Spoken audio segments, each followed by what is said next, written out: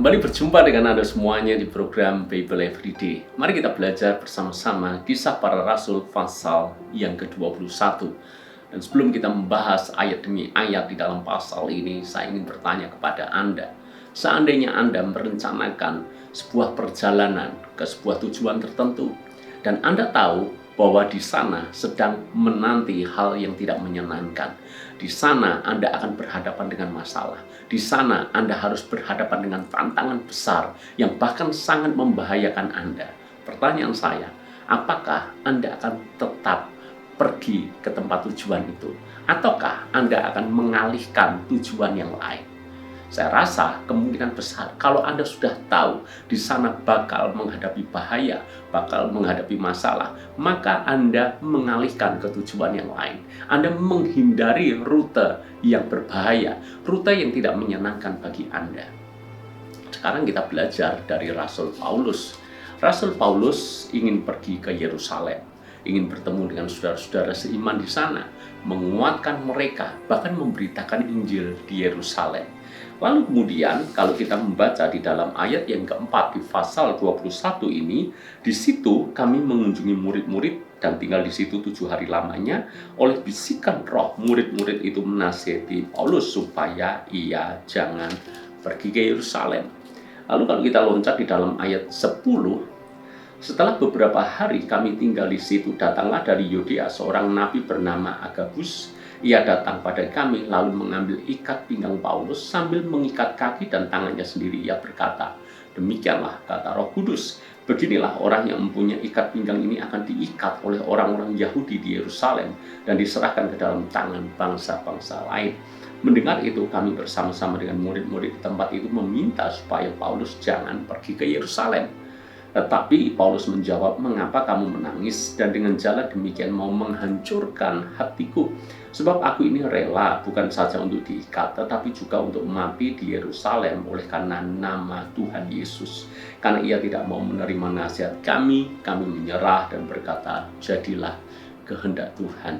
Saya mesti luruskan kepada Anda supaya Anda tidak gagal paham ketika membaca ini.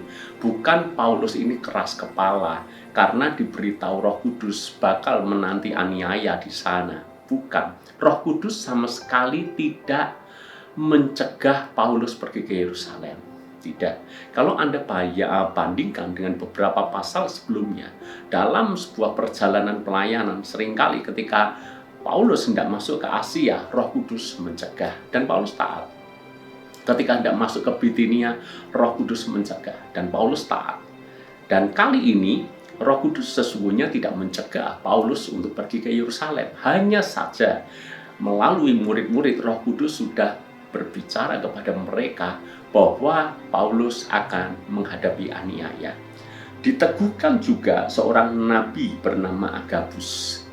Roh Kudus memberitahu bahwa nanti Paulus akan diserahkan ke dalam tangan bangsa-bangsa lain. Artinya akan diadili oleh bangsa Romawi dan bahkan bisa saja mati di sana. Mendengar bisikan dari Roh Kudus yang disampaikan murid-murid, mendengar apa yang disampaikan Nabi Agabus, bagaimana respon Paulus. Sungguh mencengangkan bahwa Paulus tidak mundur. Tapi Paulus berkata, mengapa kamu menangis dan dengan jalan demikian mau menghancurkan hatiku? Sebab aku ini rela bukan hanya untuk diikat tetapi juga untuk mati di Yerusalem. Artinya Paulus sudah siap dengan segala konsekuensinya ketika dia memberitakan Injil. Keberanian Paulus sungguh luar biasa. Bukan Paulus tidak punya perhitungan, tetapi Paulus tahu memang Tuhan menghendaki dia untuk pergi ke Yerusalem. Hanya saja di sana akan berhadapan dengan aniaya dan penderitaan. Sudah tahu dari awal harga bayar, konsekuensi mengikuti Yesus. Ini yang saya mau tekankan kepada saudara semuanya. Banyak orang Kristen ikut Yesus tetapi tidak siap di awal kalau nanti dalam pengiringannya kepada Kristus harus menghadapi penderitaan. Bahkan banyak orang Kristen itu salah persepsi. Dipikir kalau ikut Yesus berarti berkat, dipikir kalau ikut Yesus berarti promosi, dipikir kalau ikut Yesus berarti tidak ada masalah. Padahal bisa saja yang terjadi justru sebaliknya. Semakin sungguh-sungguh, semakin besar badai tantangan yang harus dihadapi. Semakin sungguh-sungguh dengan Tuhan, masalah tidak pernah berhenti. Bahkan harus mengalami penderitaan dan aniaya karena nama Yesus. Bagaimana kalau hal ini terjadi kepada kita?